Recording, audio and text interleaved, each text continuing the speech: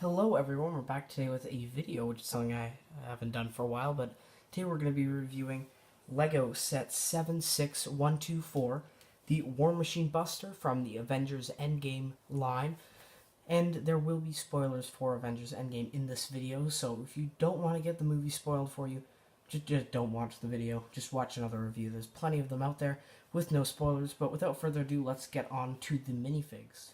Now, of course, we're starting with Ant-Man because this is the brand new 2019 Ant-Man with the new helmet, which is something a lot of people have been excited for. Personally, I'd never had an Ant-Man before this, so this is really cool. We'll take a look at the new helmet in just a sec, but I am going to show you there is indeed a hairpiece, and that looks nothing like Paul Rudd as Ant-Man, but I guess we'll just not care about that part.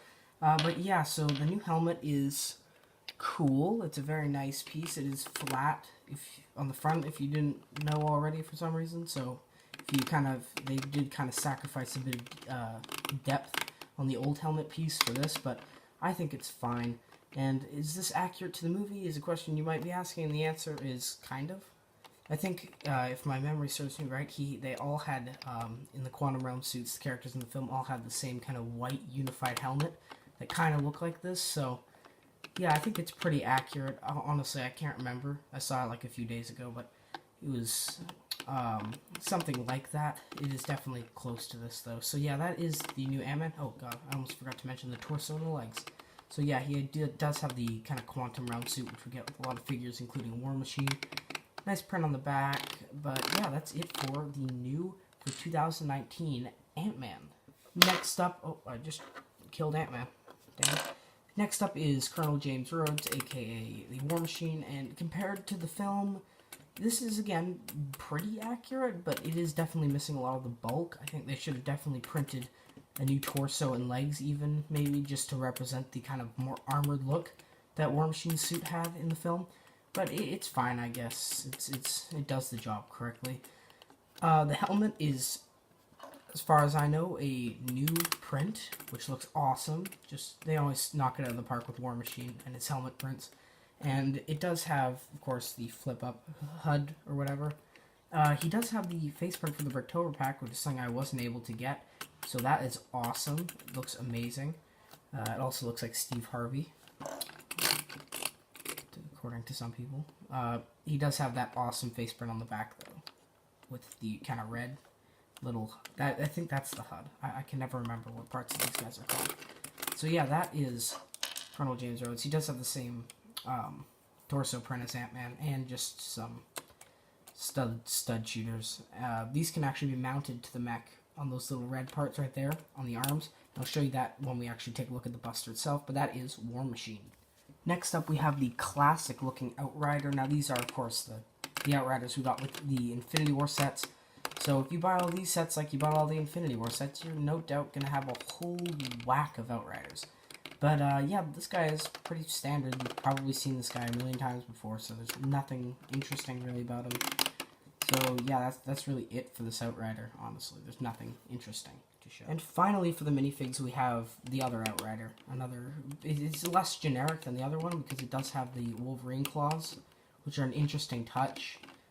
From my, viewing the movie, these guys, the advanced Outriders, really didn't appear at all. I think they appeared in one scene in the background, towards the end, where Hawkeye is kind of in the destroyed Avengers compound. So that's really, that's all I can really remember. I think I saw one of them with, like, a weird-shaped head there, so that doesn't even happen on the fig, so it doesn't really matter, but he also does have that new, for 2019, shoulder pad piece that we got first in the LEGO Movie 2 sets. Yeah, but that's really it for the minifigs, so let's get on to the big guy himself, the War Machine Buster.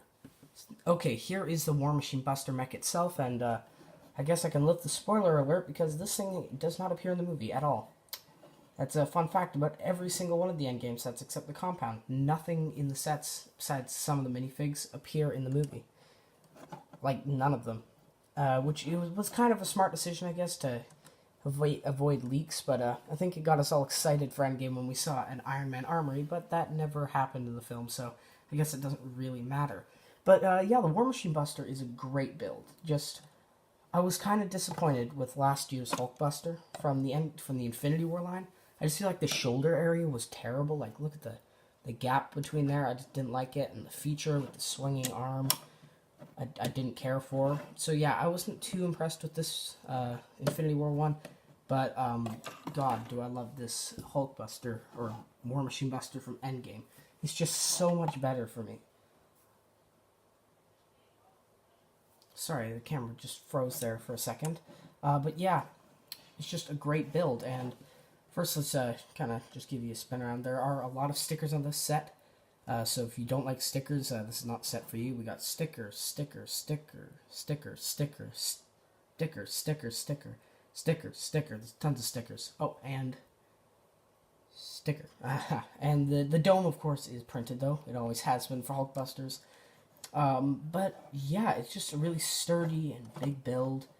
Very it is actually kind of heavy, honestly. But getting into the actual thing itself, of course, you can fit War Machine into the cockpit.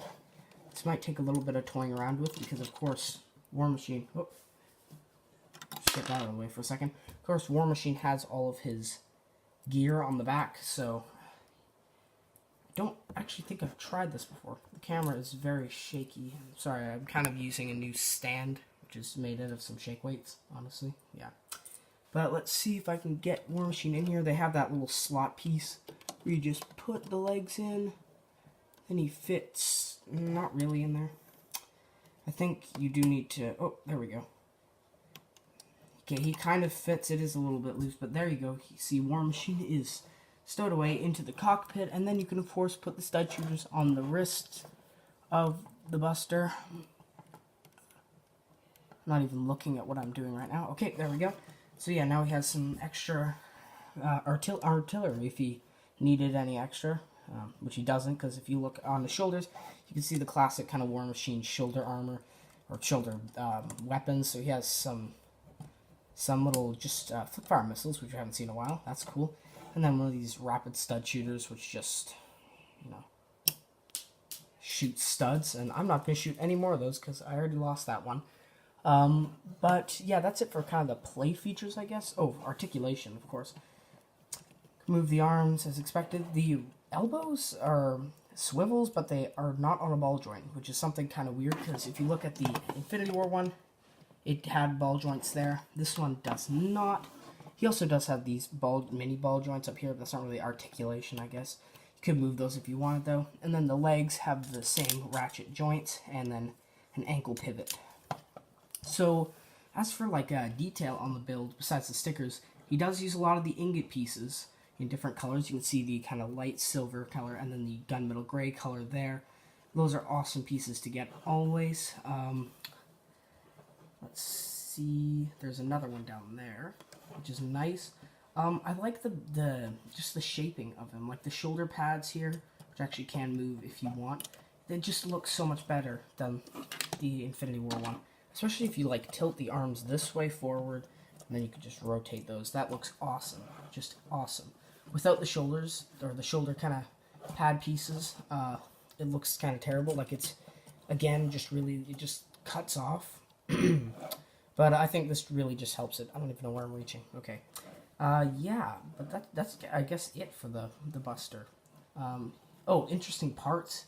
I was kind of interested by these pieces down here, which I'd never seen. Well, I'd seen them before, but I'd never actually owned them. They're from the Star Wars Construction line, I believe. And they have a sticker on them. They're actually a lot bigger than I thought they were, honestly. So yeah, that's it for the War Machine Buster. And we're going to take one final look at the box. And then I'm going to give you my kind of final opinions on this set. Finally, here's the box, and it's a pretty standard box. They did get away with not really calling this an Endgame set by not putting Endgame on the logo, so I guess you can't blame it for not being accurate, because technically it's just an Avengers set. You can see the back of the box has the features, and I'm just realizing I completely forgot a feature, and that is this. This is just an extra kind of stud. You can just fill up the studs on the stud shooter if you lose them. This is just in the back of the mech, right there. I just completely forgot to mention that. If you're interested in that. The side art includes kind of War Machine, Ant-Man, Iron Man, and Captain Marvel, which is cool. Move to the front, there's a kind of, it shows them all in their actual movie form. On the side, it just shows the Hulk, or the War Machine Buster again. But yeah, that's really it for this set. Would I recommend it? Absolutely. Not if you really wanted to build a display for Endgame, because it's not accurate to the film itself. But just as a build, I really enjoyed it. I really like it. It is, I believe, $39.99, which is a bit expensive considering the Hulkbuster was the same and also came with another build and more named characters as minifigs, like instead of just a bunch of Outriders and 2 named characters. But yeah, overall, I just like it a lot, and it's my favorite set from the Endgame line by far. And that's really it for this review. Please stay tuned for more LEGO videos coming soon, and yeah, hope to see you soon. Okay, I just finished filming, and I apologize for having the Hulkbuster in the frame like every second of the video. So yeah, just apologizing for that last second. God, that's embarrassing. Okay, now final goodbye.